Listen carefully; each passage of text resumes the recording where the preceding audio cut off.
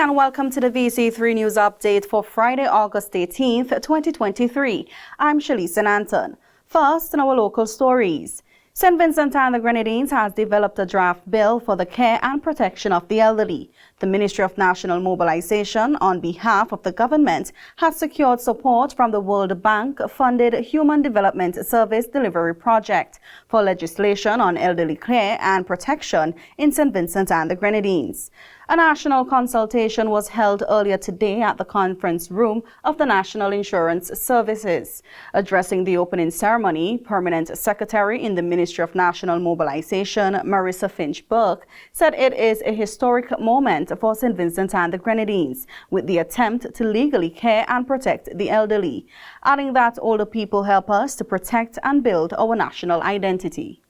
Our older persons helps to build and remind us of our national identity and also the history of our people and the culture that is embedded within our different spaces, our community life, our way of life in particular, is what we have to honor them with. According to her, to do so, the country has to consider special measures in order to ensure that the standard of living of the elderly is not just at a minimum level, but above that. She said the nature of that standard is what would be discussed at the day's consultation. Now that we are at this point, is about identifying what that preliminary information aggregatedly looks like, and to see if it really represents what we all did say, but it also looks at some of the key findings that will come out from the actual research that was done that caused us to develop a comprehensive report.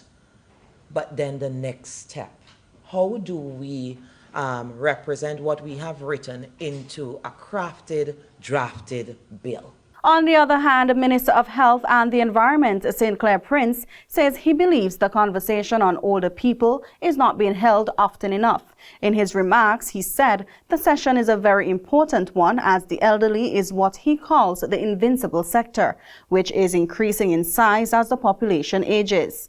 Mr. Prince said in the past there were a number of organizations that catered for young people, but very rarely for the old. As well, except for ASCOVAG, I think, which was started by a former governor here in St. Vincent and the Grenadines, Sir Rupert John. We never had any serious look from an NGO standpoint at how older people are faring.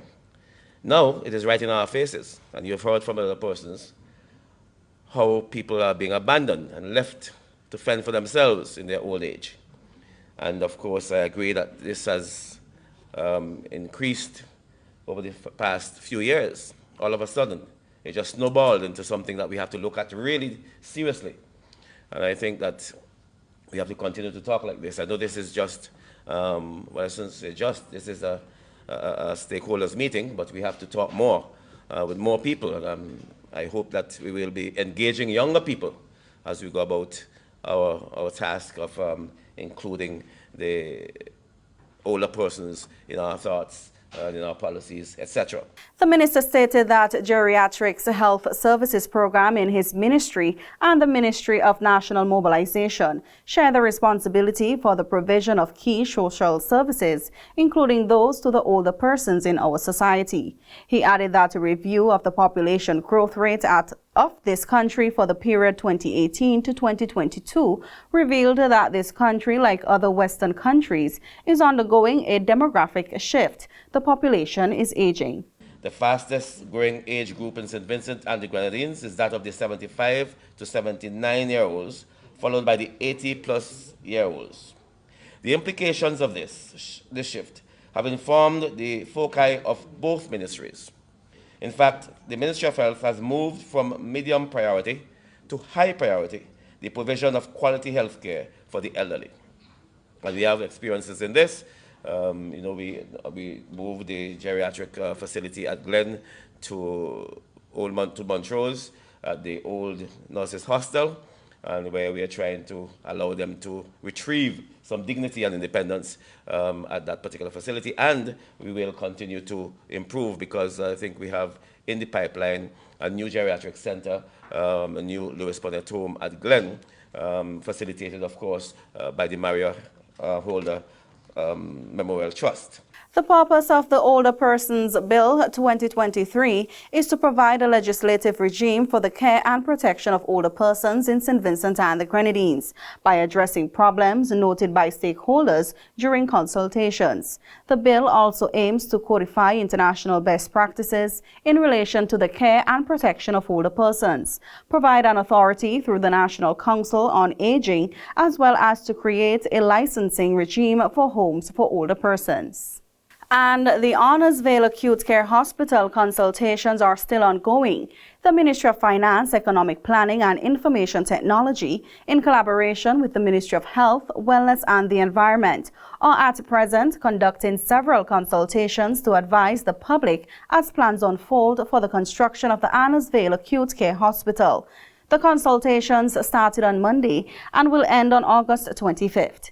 The ministry says Eco Engineering Consultants Limited, a Trinidad-based company, and Zyshed Systems Solution, a St. Lucia-based company, were both subcontracted to conduct the environmental and social assessment. This week, the team will meet with key stakeholders from various public and private sector agencies and civil society organizations across St. Vincent and the Grenadines.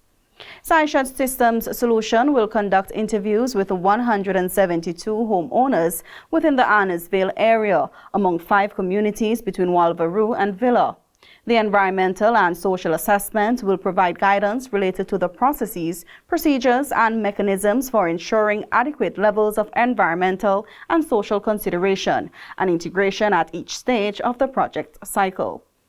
The ACIA also describes the principles, objectives, and approaches to be followed by the government and the contractor in order to avoid, minimize, or mitigate any adverse impacts that may arise during the project's implementation. And the Oscar Allen Memorial Emancipation Lecture, which was postponed, has been rescheduled.